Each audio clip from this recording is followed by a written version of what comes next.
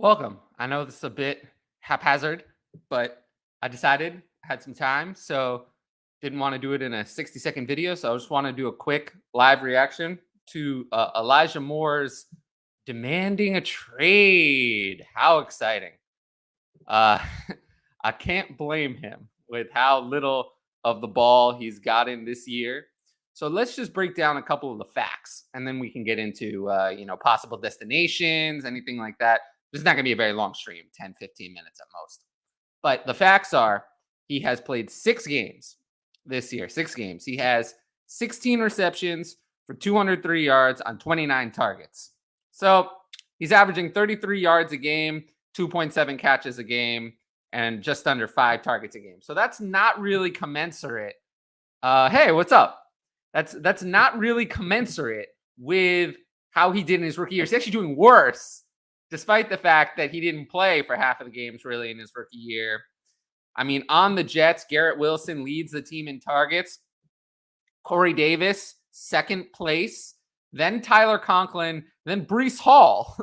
Elijah Moore is fifth place on the Jets in targets. He does lead them in routes run, but he's 6th in receptions, 5th in receiving yards, and has no touchdowns. So he is demanding a trade. And, I think that Elijah Moore is good. He's good. He's a good player. He's not a bad player. But I think the reality is that Zach Wilson, while he has not played poorly, is not a volume passer and never will be.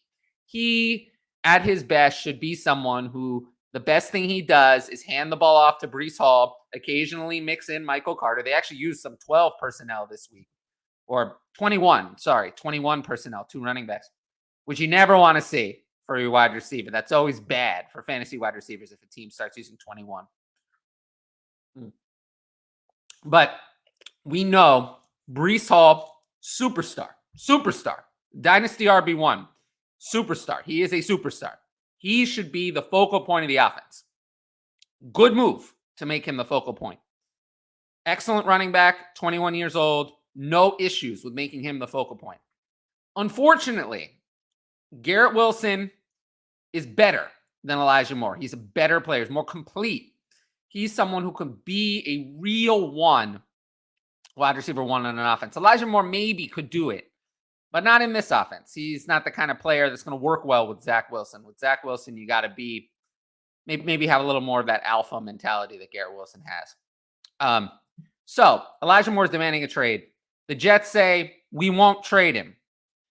I do think there's a trade demanded in the middle of the season. The Jets are 4-2. I said on my 2 shows this week, I can't see Elijah Moore being traded in season.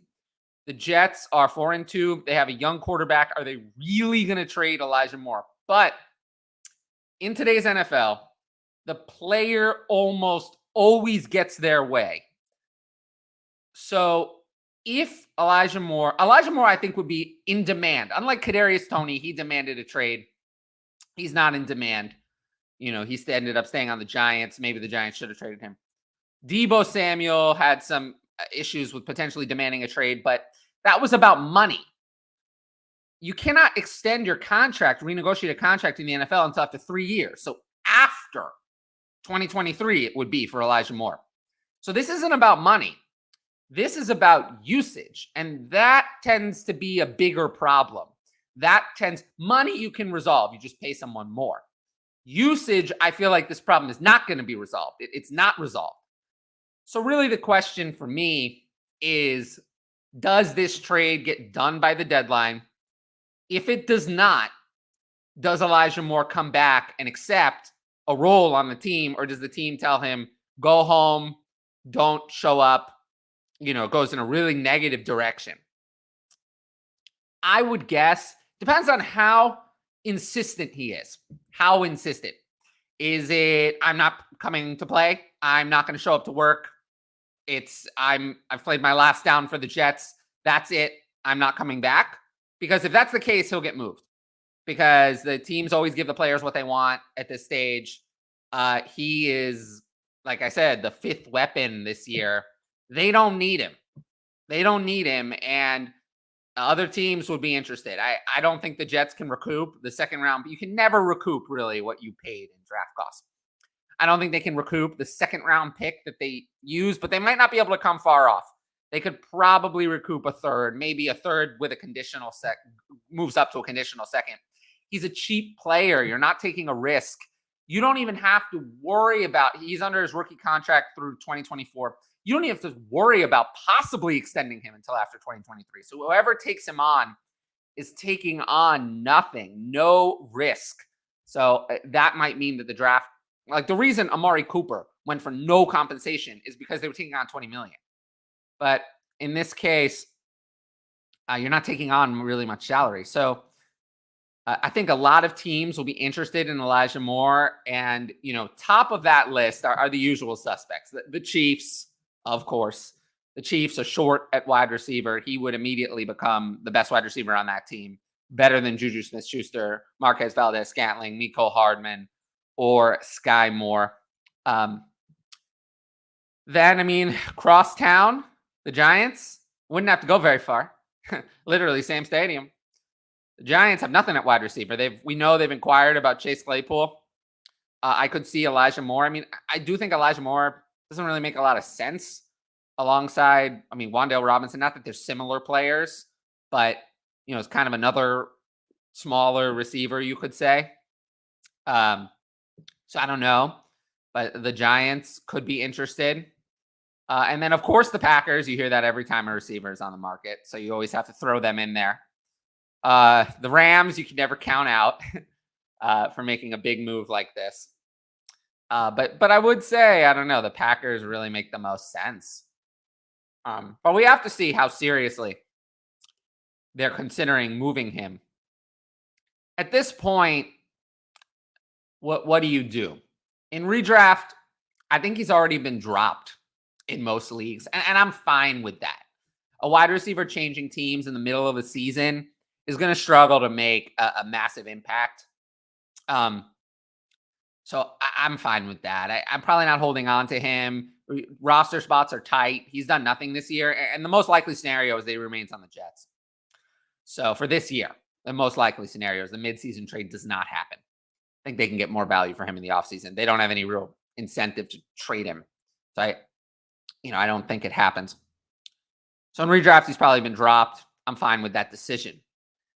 In Dynasty, he's a 22-year-old wide receiver who's flash talent in the NFL. Those players tend to end up having relatively lengthy careers.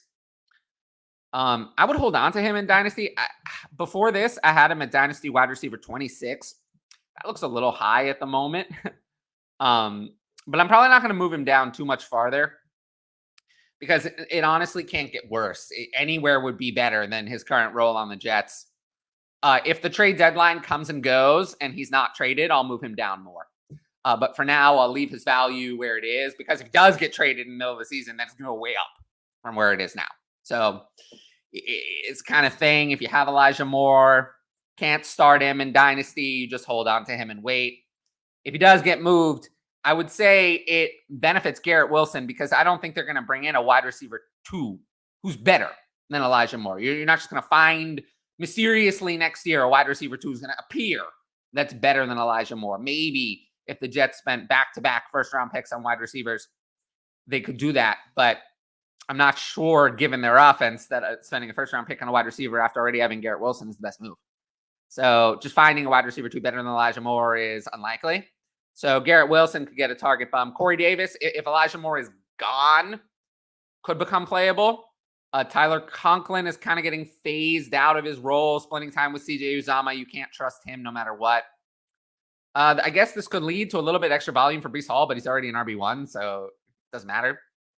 Maybe Michael Carter sees a little bit more of a Nyheim Hines type role at times if Elijah Moore is gone. If they have Braxton Berrios, but they were playing some 21 personnel. They could increase that. I always say I believe it when I see it with 21 personnel, 2 running backs at a time. Teams do not usually do that. Not even the Packers. They don't even usually do that. Browns either. They don't usually do that. So we'll see if the Jets start to play that way, but it's something they could consider. But I think the main beneficiary for the rest of this year would be Corey Davis, he would become, if Elijah Moore disappeared, Corey Davis would become, right now, this week, I just have all the Jets wide receivers so low. I had Wilson at 39 for the week, Davis at 47, and Moore at 48. If Moore were to disappear and not play, Wilson would probably move into the mid 30s, like around 33, and Davis would probably be around 40, maybe even in the 38 or 39 for the week, wide receivers. So that could be something interesting. But in terms of moving people in dynasty ranks, we don't know if the trade's going to happen or not. We don't know what's going to happen. The Jets have said no, no, no. So we can't make any dynasty adjustments at the moment. I do think, though, that Elijah Moore is going to finish his rookie contract on a separate team. I think it's when, not if. Problem is, when might be in February. And that would be my prediction. My prediction is the trade does not happen. And then in the offseason, the trade happens at that time. And Elijah Moore is sent to another location. Because I think it's untenable to have someone who's displeased with their role over an extended period of time. Although the Jets have still refused to trade Denzel Mims. So I do think that the Jets will require legitimate compensation to trade Elijah Moore. I don't think they're just going to give him away. So someone's going to probably have to come with a minimum of a third-round pick, maybe 2/3, or a third with incentive to make it into a second if Elijah Moore actually plays and produces. So yeah, outside of that, just keep an eye on this story. It's obviously a developing story. And Elijah Moore is a talented young player who's obviously been quite disappointing this year. But hopefully he can start to turn it around as time passes. But anyway, I just want to thank everyone who tuned in live to this quick live stream. Thank anyone who's watching it after, and just remind everyone to like, leave a comment, and subscribe to the channel. Hit the notifications bell to be notified about stuff like this, because it's rare. It's rare. I don't I don't go live randomly very often. It's usually a short, but this was too big to capture in a minute. But it's rare. But for those times, go ahead and hit that bell. And yeah, I will be back doing my regular content recap on Monday, 2 p.m. Eastern with the usual crew. And Ask DLF Tuesday at 9 p.m. Eastern with the usual crew there, Addison and Cal. Oh, and yeah, no problem.